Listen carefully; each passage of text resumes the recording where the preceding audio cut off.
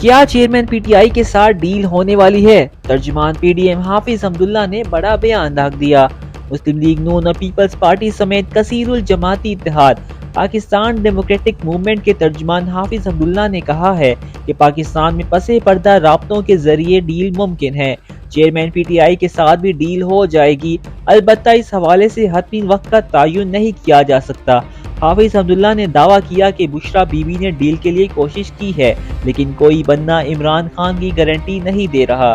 जब तक सियासतदान अवाम के बजाय इक़्तिदार की सियासत करेंगे, डील्स होती रहेंगी। माजी में नवाज शरीफ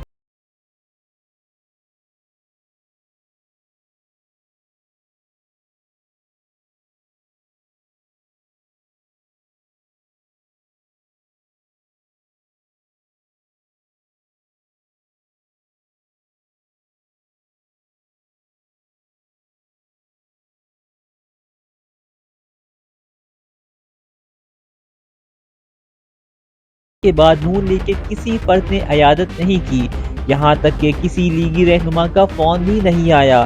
जेयूआई रहनुमा की